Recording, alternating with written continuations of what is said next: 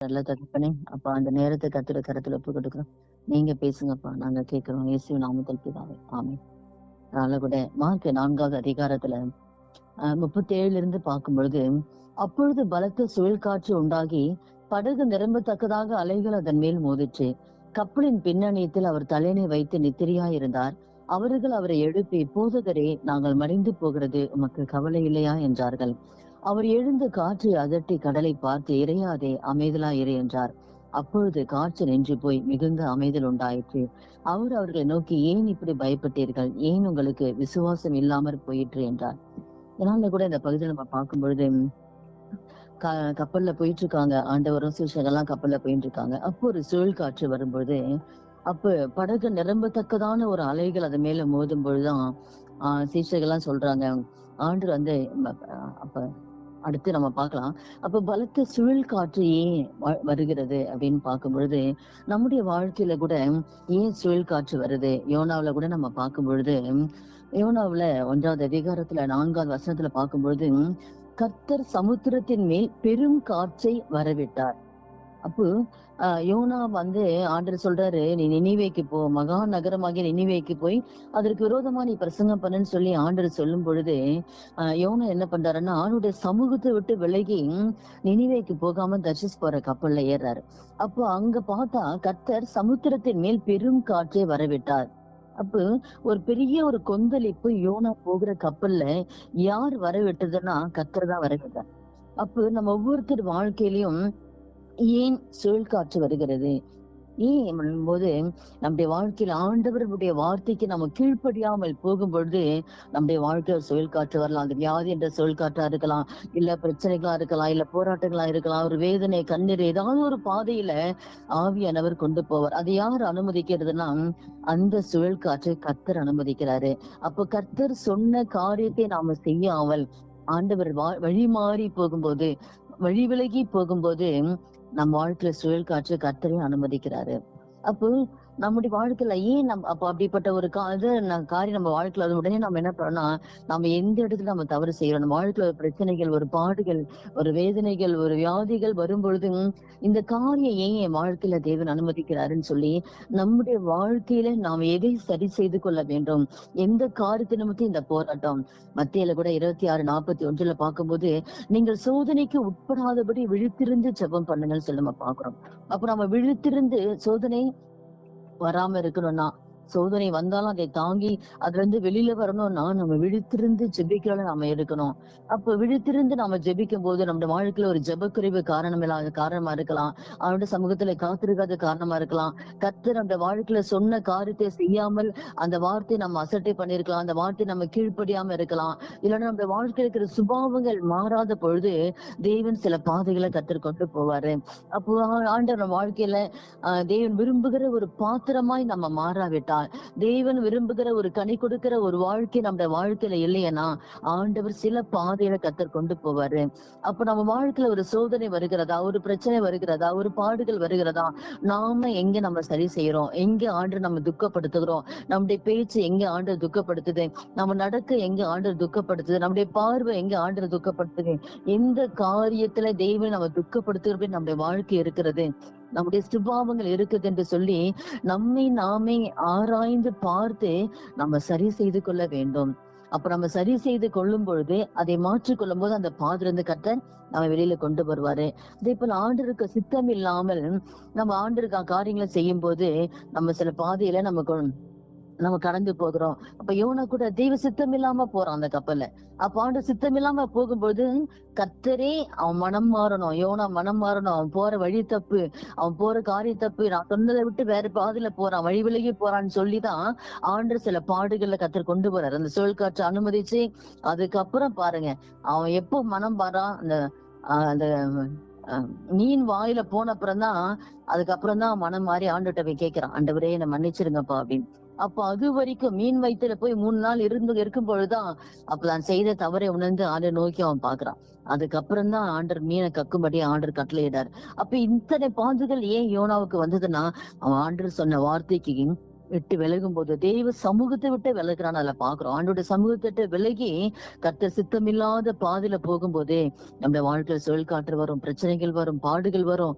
நம்ம வாழ்க்கையில வியாதியும் சில காரியங்களை தேவன் அனுமதிப்பறப்போ நம்முடைய வாழ்க்கையில் வருகிற ஒவ்வொரு காரியமும் ஏன் ஆண்டவரே வந்ததுன்னு சொல்லி நம்ம எந்த காரியம் வந்தாலுமே ஏன் இந்த பாதை நம்ம போறோம் நம்மை நாமே ஆராய்ந்து பார்த்து அதை நம்ம சரி செய்து கொள்ளும் போது நிச்சயமா அந்த காரியத்திலிருந்து ஆண்டு நம்ம விடுதலை கத்தர் கொடுப்பாரு. அப்ப தெய்வ சித்தம் இல்லாமல் சில காரியம் இப்ப நம்ம வாழ்க்கையில கூட அது வேலையா இருக்கலாம். கர்த்தர் சித்தமில்லாத வேலைக்கு போகும்போது, கர்த்தர் சித்தமில்லாத இடங்களுக்கு போகும்போது, கர்த்தர் சித்தமில்லாமல் போகிற எந்த காரியத்திலையும் நாம் அங்க ஒரு சமாதானத்தை நம்ம பார்க்க முடியாது. அங்க ஒரு ஆசீர்வாதத்தை நம்ம பார்க்க முடியாது. அப்ப அது படிப்பா இருக்கலாம், வேலையா இருக்கலாம், திருமணமா இருக்கலாம். அப்ப எந்த காரியம் செய்தாலுமே முதலாவது கர்த்தருக்கு நம்ம கனத்தை கொடுக்கணும். அந்த அந்த கப்பல்ல கூட பார்க்கும்போது, அந்த படகுல பார்க்கும்பொழுது ஆண்டவர் கப்பல் பின்னணியத்தில் தூங்கி கொண்டிருந்தார் நம்ம பாக்குறோம். அப்போ ஆண்டவரை வைக்க வேண்டிய முன்னணியில அவர் வைக்கணும். அவர் கொடுக்க வேண்டிய நேரத்தை கொடுக்கணும், கொடுக்க வேண்டிய கனத்தை கொடுக்கணும். எது செய்தாலுமே கர்த்தரை கேட்டு அவர் சித்தத்தை அறிந்து நம்ம செயல்படும் பொழுதுதான் அந்த அந்த காரியத்துல நமக்கு ஒரு சமாதானம் இருக்கும். அது வேலையா இருக்கலாம், அது திருமணமா இருக்கலாம், இல்ல நம்ம செய்கிற தொழிலா இருக்கலாம். எந்த காரியமா இருந்தாலும் அவர் சித்தத்தை கேட்டு செய்யும் போது அதுல ஒரு சமாதானம் இருக்கும், அதுல ஒரு ஆசீர்வாதம் இருக்கும். ஆனா நம்ம ஆண்டு சித்தம் இல்லாமல் நம்ம அவசரப்பட்டு நம்ம செய்யற காரியங்கள் நிமித்தம்னா ஏன் நம்ம வாழ்க்கையில கடல்ல சிக்கிக் கொள்றோம். அப்ப ஆண்டோடைய கேட்காம சுயமா ஆனவன் அதுதான் யாக்கோபு 1:13-14 பார்க்கும்போது, சோதிக்கப்படுகிற எவனும் நான் தேவனால் சோதிக்கப்படும் என்று சொல்லாதிருப்பானாக. தேவன் பொல்லாங்கினால் சோதிக்கிறவரும் அல்ல, ஒருவனையும் அவர் சோதிக்கிறவரும் அல்ல. அவனவன் தன் தன் சுய இச்சையில இழுக்கப்பட்டு சிக்குண்டு சோதிக்கப்படுதான். சுயமாய் நம்ம செய்கிற காரியத்து நிமித்தம் சில பாதையில நம்ம போகிறோம். சுயமாய் நம்மளே ஆண்டரை கேட்காம, ஆண்டரை சித்தம் இல்லாம நம்மளா டக்குன்னு உடனுக்குடனே முடிவெடுக்கிறது. எங்க போனாலும் அது நம்ம எந்த வேலைக்கு போனா கூட சரி, அப்ப அது தெய்வ சித்தம் தான் நம்ம ஆராய்ந்து பார்க்கணும். ஆராய்ந்து அந்த காத்து நம்ம செய்யணும். ஒரு பிசினஸ் பண்ணாலும் சரி, எந்த ஒரு சின்ன காரியம் செஞ்சா கூட நம்ம உடனுக்குடனே நம்ம சுயமா செஞ்சிடறோம். அதுதான் சுய இச்சை. ஏதாவது பொருள் வாங்கினா கூட சரி, எதுவுமே ஆண்டவரை கேட்டு செய்யும் போதுதான் அதுல நமக்கு ஒரு சமாதானம் இருக்கு, அதுல ஒரு ஆசீர்வாதம் இருக்கும். அதனால நமக்கு எந்த ஒரு சமாதான குறைச்சல் இருக்காது. அப்போ சுய இச்சையில தான் நம்ம சுய விருப்பத்தை இதை பண்ணா இங்க போனா இங்க சரியாயிடும், இங்க போனா அது சரியாயிடும் சொல்லி நம்ம கர்த்தரை கேட்காம செய்கிற சில காரியங்கள் நிமித்தம் தான் நம்ம வாழ்க்கையில என்ன பண்றோம்னா சில பாதையில நம்ம போறோம். சுய இச்சையில இழுக்குண்டு சிக்குண்டு சோதிக்கப்படுகிறோம். இப்ப ஏன் கடன் நிறைய நம்ம வாங்கிறோம், அவசரப்பட்டு கடனை வாங்கிறோம். ஏன் அப்ப ஆண்டவர் வாங்க சொல்லல. ஆனா ஆண்டவர் சித்தம் இல்லாமல் நம்ம சில காரியங்கள் செய்யும் போது கடன்ல நம்ம சிக்கிடுறோம். ஆனா வெளியில வர முடியாம நம்ம தவிக்கிறோம். அப்ப ஏன் சில அவமானங்கள், ஏன் சில பாடுகளை போறோம்னா தேவனை கேட்காமல் செய்கிற காரியங்கள் நிமித்தம் தான் அவமானத்தின் பாடுகள் மத்த நம்ம கடந்து போகிறோம். இதனால கூட ஆண்டவர் கொடுக்க வேண்டிய அதுதான் நம்ம படகுல ஆண்டவர் போனா கூட உலகப்புற வாழ்க்கைன்ற நம்ம படகுல கர்த்தர் நம்ம எப்படி வச்சிருக்கோம், நம்ம படகுல ஆண்டவர் பின்னாடி வச்சிருக்கோமா, இல்ல கப்பல் முன்னாடி நம்ம வாழ்க்கைன்ற கப்பலை முன்னாடி வைத்து எதை கேட்டாலும் ஆண்டவரை கேட்டு கேட்டு நம்ம செய்யறோமா, இல்ல கர்த்தர் எதுவுமே கேட்காம அவரை பின்னாடி கப்பல்ல அவர் ஒரு ஓரமா நம்ம வாழ்க்கைன்ற கப்பலை ஓரமா வச்சுட்டு நம்மளே இஷ்டத்துக்கு செய்யறது, இஷ்டத்துக்கு போறது, இஷ்டத்துக்கு பேசுறது, இஷ்டத்துக்கு நடக்கிறது, நம்ம எல்லாமே ஆண்டவர் நம்ம தூங்க வச்சிடறோம். அதாவது ஆண்டவருக்கு நம்ம தூங்க வைக்க கூடாது. அவருக்கு எப்ப பார்த்தா அவர் அலட்டி கொண்டு நம்ம குடும்பத்துல வேலையில அவர் கூட பேசிக்கிட்டு எல்லாத்துலயுமே அவர் முன்னாடி வைக்கும் போது அவர் ஏன் தூங்குறாரு? அவர் நம்ம எதுவுமே நேரம் கொடுக்காம, அவருக்கு எதுவுமே நம்ம அவரை கனப்படுத்தாம, அவரை கேட்டு செய்யாம இருக்கும்போது அவர் என்ன பண்ணுவாருன்னா தூங்கிடுவாரு. இவங்க நம்மள எதுவுமே கேட்கறது இல்ல, அவங்களே செய்யறாங்க, அவங்களே பண்றாங்க, எதுவுமே எதுவுமே நம்மள கேட்காம எல்லாம் செய்யறாங்களே, அப்ப நாம ஏன் உங்களுக்கு இது பண்ண சொல்லிட்டு என்ன பண்ணுவாராம், கப்பல் பின்னாடி போய் நம்ம வாழ்க்கைன்ற கப்பல்ல போய் தூங்கிட்டு வரோம். அவர் தூங்கிட்டாருன்னா நம்ம வாழ்க்கையில பிரச்சனைகள் தான், பாடுகள் தான், வேதனைகள் தான். அப்ப அவரை தூங்க விடவே கூடாது. அவர் முன்னாடி வைக்கணும், கப்பல் முன்னணித்துல வைக்கணும். நம்ம வாழ்க்கையில அவர் முன்னாடி வைத்து எந்த காரியம் செய்தாலும் ஆண்டவரை கேட்டு கேட்டு செய்யும் போது அவரை அலட்டிக்கிட்டே இருக்கணும். எது செய்யணும், எது பேசணும், எது நடக்கணும், ஒவ்வொரு காரியம் அவர் வசனத்தின்படி எந்த காரியம் நான் எதை செய்யணும்னு சொல்லி நம்ம அவர் அலட்டிக்கிட்டே இருக்கும் போது, அவர் கூட பேசிக்கிட்டே இருக்கும் போது, அவர் சித்தத்தை அறிந்து நம்ம செயல்படும் போது அவர் தூங்கவே மாட்டார். அப்ப நம்மள எதுவுமே டிஸ்டர்ப் பண்ணாம, அவரு தொந்தரவு பண்ணாம இருக்கனாலதான் அவர் போய் தூங்கிறாருப்பா. நம்மள எதுவுமே கேட்கறது கிடையாது, எல்லாம் எங்க இஷ்டத்துக்கு நம்ம ஏன் முழிச்சுருக்கோம்னு சொல்லி தூங்கிடுவாரு. அப்ப நம்ம வாழ்க்கைன்ற கப்பலை நம்ம ஆண்டவர் எங்க வச்சிருக்கோம் நம்ம ஆராய்ந்து பார்க்கணும். அவரு தூங்க வச்சிருக்கிறோமா, இல்ல முன்னாடி வச்சு அவர் கேட்டு எல்லா காரியம் செய்யறோமான்னு சொல்லி நம்ம ஆராய்ந்து பார்க்கணும். நம்ம இப்ப படிப்பு வருது, அடுத்த எந்த இதுல பிள்ளைங்களை சேர்க்கணும், ஆண்டவரை கேட்கணும். ஒவ்வொரு காரியமும் நம்ம சுயத்துல செய்யக்கூடாது. எந்த காரியம் நமக்கு, நம்ம பிள்ளைக்கு எந்த இடத்துல வச்சிருக்காரு, நம்ம பிள்ளைக்கு எந்த படிப்பை வச்சிருக்காரு, ஒவ்வொன்னும் அவரு ஒரு பிளான் வச்சிருப்பாரு. அந்த பிளான் படி நம்ம செய்யும் போதுதான் அது நமக்கு, நம்ம பிள்ளைகளுக்கு ஆசீர்வாதமா இருக்கு. எந்த காரியம் செய்தாலுமே கர்த்தருடைய சித்தத்தை அறிந்து நம்ம செயல்படும் போதுதான் அது நம்முடைய வாழ்க்கையில ஆசீர்வாதமா இருக்கும். இந்த நாட்டுல கூட, நம்முடைய வாழ்க்கையில கூட எல்லா காரியத்திலுமே அவனுடைய சித்தத்தை அறிந்து செயல்படும்படியா நாமே ஒப்பு கொடுக்கணும். அடுத்து நம்ம பார்க்கும் பொழுது, அவர் எழுந்து அத அப்ப அந்த சீஷர் என்ன பண்றாங்கன்னா, போகுகிறே நாங்கள் மடிந்து போகிறது உங்களுக்கு கவலை இல்லையான்னு கேக்குறாங்க. அப்ப அந்த சீஷர்கள் இயேசுவோடு கூட இருந்தவங்க தான், அவர் செய்த அற்புதத்தை பார்த்தவங்க தான். அவர் நம்ம படகுல தானே இருக்காரு. அப்ப இந்த சுழல் காற்று அவங்களை ஒண்ணும் செய்யாதுன்ற அந்த நம்பிக்கை அவங்களுக்கு கிடையாது. அப்போ நம்ம வாழ்க்கையில கூட வியாதி இருக்கலாம், கடன் பிரச்சனை எது வந்தாலும், இதுவரை நம்ம வாழ்க்கையில எவ்வளவோ அற்புதங்களை கர்த்தர் நம்ம செய்திருக்கிறாரு. ஆனா அந்த கர்த்தர் செய்த அற்புதம் நம்ம நினைக்கவே மாட்டோம். ஆனா ஒரு பிரச்சனை, ஒரு பாடு வரும்பொழுது நம்ம என்ன பண்ணிடுமா, அவிசுவாசம் நம்ம முறுமுறுக்கிறோம்.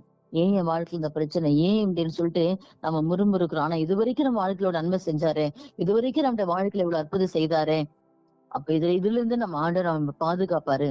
அதுதான் அந்த சீஷர்கள் இவ்வளவு அற்புதத்தை பார்த்து அந்த சீஷர்கள் என்ன பண்றாங்கன்னா, நாங்க மடிந்து போகிறோமே உங்களுக்கு கவலையே இல்லையான்னு கேக்குறாங்க. ஏன் நம்ம ஆண்டவராகிய இயேசு நம்ம படகுல தானே இருக்காரு, எந்த சுழல் காற்று நம்மள ஒண்ணும் செய்யாது அப்படின்னு சொல்லி அந்த அந்த ஒரு நம்பிக்கை அந்த சீஷர்களுக்கு இல்ல. அதுதான் ஆண்டவர் கேட்கிறார். அவர் எழுந்துக்கிறார். நான் மடிந்து போது உங்களுக்கு கவலை இல்லையான்னு சொல்லி சீஷர்கள் கேட்கும் போது அவர் எழுந்துக்கிறாரு. எழுந்து உடனே என்ன பண்றாருன்னா, காற்று அதட்டி கடலை பார்த்து சொல்றாரு, இறையாதே அமைதலாருன்னு சொல்றாரு.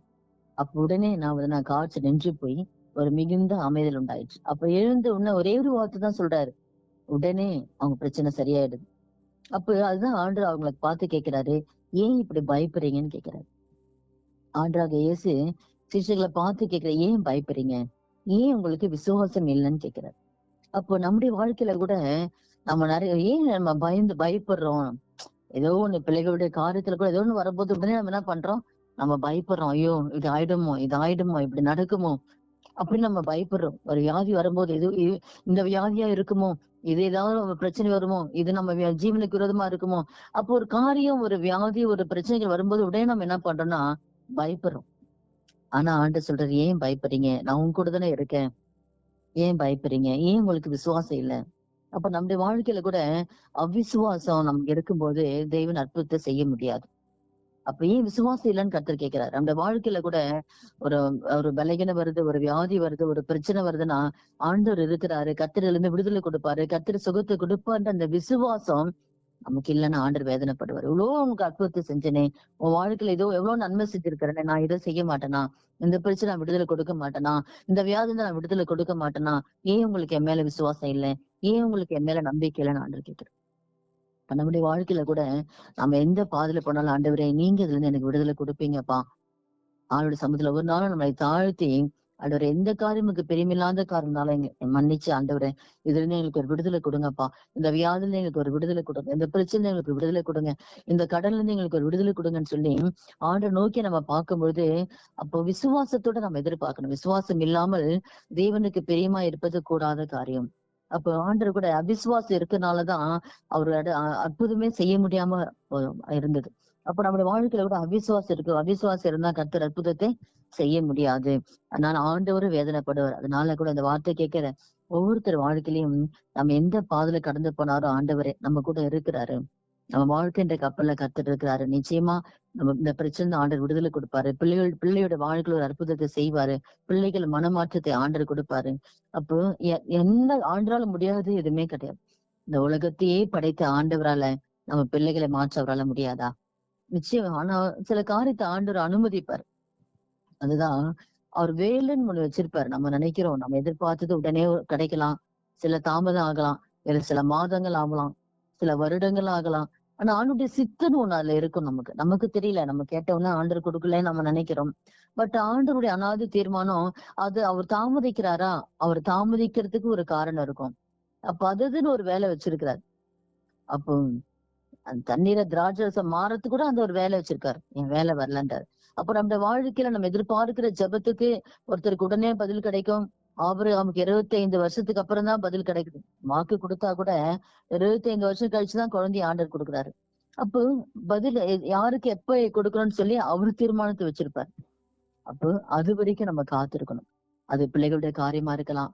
இல்ல நம்ம எதிர்பார்க்க நம்ம எத்தனோ ஜெபங்களுக்கு நம்ம இன்னும் பதில் கிடைக்காம இருக்கலாம். ஆனா அவர் ஒரு நேரத்தை கர்த்தர் வச்சிருப்பாரு. அந்த நேரத்துல அவர் கரெக்டா செய்வார். அதனாலதான் ஆண்டவர் எதை செய்தாலுமே கர்த்தருடையத்தில் அன்பு கூறுகளுக்கு சகலமும் நன்மைக்கு ஏதாவது நடக்கும். அவர் நம்ம நேசிக்கிறோமா, நம்மளுடைய வாழ்க்கையில் நடக்கிற எல்லாமே நன்மைக்குதான். அப்போ நமக்கு கஷ்டமா இருக்கலாம். ஆனா அவருக்கு நம்ம அந்த பாதையில போகும்பொழுது அது நிறைவேறும் போதுதான் தெரியும், ஆண்டு இதனாலதான் நம்ம இந்த காரியத்தை ஆண்டு செய்தாருன்னு சொல்லி. அப்ப எது நடந்தாலும் அவர் வைத்திருக்கிற நேரத்துல வாழ்க்கையில நம்ம எதிர்பார்க்க நன்மைகளை கற்றுக் கொடுப்பார். ஆனா ஆண்டு நம்ம கிட்ட எதிர்பார்க்கிறதெல்லாம் எந்த காத்திலும் பயப்படக்கூடாது, வியாதியை கண்டு பயப்படக்கூடாது. அதே போல பிரச்சனைகள், பிள்ளைகளுக்கு காரியம், பிள்ளைகளுடைய எதிர்காலம் எப்படி இருக்கும்னு தெரியலையே அப்படின்னு பிள்ளைகளை எதிர்காலத்தை குறித்து பயப்பட அவசியமே இல்லை. ஏன்னா பிள்ளைகளை கொடுத்தது ஆண்டவர். அந்த பிள்ளைகளை வளர்க்கக்கூடிய தேவைகளை சந்திக்கிறதும் ஆண்டவர் தான் கொடுப்பாரு. பிள்ளை கொடுத்த ஆண்டவர் அந்த வளர்க்கக்கூடிய பணத்தை கொடுக்க மாட்டாரா? அதையும் கொடுப்பாரு. பிள்ளைகளை கர்த்தரே வளர்த்து கொடுப்பார். நம்ம செய்வதை செஞ்சோம்னா கர்த்தர் செய்வதை கரெக்டா செய்வார். அதே போல நாம என்ன செய்யணும்? கர்த்தருக்கு பயந்து வாழணும். கர்த்தருக்கு பயப்படுகிற பயத்தோட கர்த்தருக்கு பிரியமான ஒரு வாழ்க்கையை நாம வாழும்போது கர்த்தருடைய காரியத்துல பிள்ளைகளை கர்த்தரை வளர்க்க வேண்டிய விதத்துல நம்ம வளர்க்கும் போது பிள்ளைகளுடைய எதிர்காலம் எல்லாத்தையும் அவர் பொறுப்பெடுப்பாரு. நம்மளுடைய வாழ்க்கை கர்த்தருக்கு முன்பாக ஆண்டு விரும்புகிற பாத்திரமாய் நம்ம நடக்கும் பொழுது, ஒரு கனி கொடுக்கிற பாத்திரமாய் நம்ம நடக்கும் போது நம்ம வாழ்க்கையை அவர் பொறுப்படுத்தி அவர் ஆளுகை செய்து அவருடைய சித்தத்தினுடைய கர்த்தர் நடத்துவார். இந்த நாள்ல கூட இந்த வார்த்தை கேட்கிற ஒவ்வொருத்தர் வாழ்க்கையிலுமே ஆண்டு நம்மகிட்ட எதிர்பார்க்குதெல்லாம் அவரை முன்பாக வைக்கணும். ஏன் நம்ம வாழ்க்கையில ஒரு பிரச்சனை வரும்போதே யோனா வாழ்க்கையில அவன் எப்படி மாறினா அதே போல ஏன் இந்த காரியம் வருது, நாமே ஆராய்ந்து பார்த்து நம்மை நாமே சரி செய்து கொள்ளணும். எந்த காலத்துல ஆண்டர் துக்கப்படுத்தணும், ஆண்டர் கொடுக்க வேண்டிய நம்ம நேரத்தை கொடுக்காம இருக்கலாம். எவ்வளவோ நமக்கு நேரம் இருக்கும், ஆனா ஜெபிக்க மாத்திரம் நமக்கு நேரமே இருக்காது. எவ்வளவோ காரியம் செய்யறோம், ஆனா வேதத்தை வாசிக்க மாத்திரம் நமக்கு நேரம் இருக்காது. அப்போ வேதத்தை வாசித்து நம்ம ஜெபிக்காவிட்டாலும் பிசாசு உரிமை எடுத்துக்கொண்டு வந்து நிற்பான். அப்ப அதுல நான் எங்க தவறுன ஆண்டவரே, அதை நம்ம சரி செய்து கொள்ளும் போது அப்ப நம்முடைய வாழ்க்கையில நம்ம பேச்சு ஆண்டர் பிரியமில்லாத காரில் பேசுறது, நம்ம பாக்குற பார்வை ஆண்டர் பிரியமில்லாம நேரத்தை வீணாக்கி நம்ம செல்போன்ல செலவு பண்ணும் போது அதுல கர்த்தர் துக்கப்படுவாரு. அப்ப எந்தெந்த காரியம் நம்ம ஒவ்வொரு காரியமே நம்மை நாம சரி செய்து கொள்ளும் போது ஆண்டருக்கு பிரியமில்லாத இடங்களுக்கு போகாதபடி, ஆண்டருக்கு பிரியமில்லாத எந்த இருதயத்துல தேவனுக்கு பிரியமில்லாத காரியங்கள் இல்லாதபடிக்கு எந்த காரியம் சரி செய்யற ஆண்டவர் நம்மை நாமே சரி செய்து கொள்ளும் போது நிச்சயவனோட வாழ்க்கையில் நடக்கிற எல்லா காரியங்களுமே கர்த்தர் நன்மையா கர்த்தர் மாற்றுவார். இதனால கூட ஆண்டுக்கு நம்ம ஒப்பு கொடுக்கலாம். அதாவது விசுவாசம் இருக்கணும் எல்லா காரியத்திலுமே. ஆண்டவரே எனக்கு விசுவாசத்தை கொடுங்க, ஆண்டவரே எனக்கு விசுவாசத்தை வர்த்திக்க பண்ணுங்க. உண்மையிலேயே நம்ம பாதையில போகும்போது அந்த நேரத்துல கஷ்டம்தான் ஆண்டவரே. நம்ம உடனே பயப்படுறோம், பிள்ளைகளுக்கு எதனா ஒண்ணு ஆச்சுன்னா உடனே நமக்கு பயப்படுறோம். இல்ல நம்ம ஏதோ நமக்கு ஒரு வியாதி வரும்போது பயப்படுறோம். அந்த நேரத்துல அந்த பயம் வருது. ஆனா இந்த பயத்தை கர்த்தர் நம்ம விட்டு எடுத்து போடணும். எல்லாத்திலுமே விசுவாசத்தை கர்த்தர் வர்த்திக்க பண்ணி ஆண்டவர் மேல விசுவாசம் வைக்கும் போது நிச்சயமா நம்முடைய வாழ்க்கையிலும் ஆண்டவர் அற்புதத்தை செய்வார்.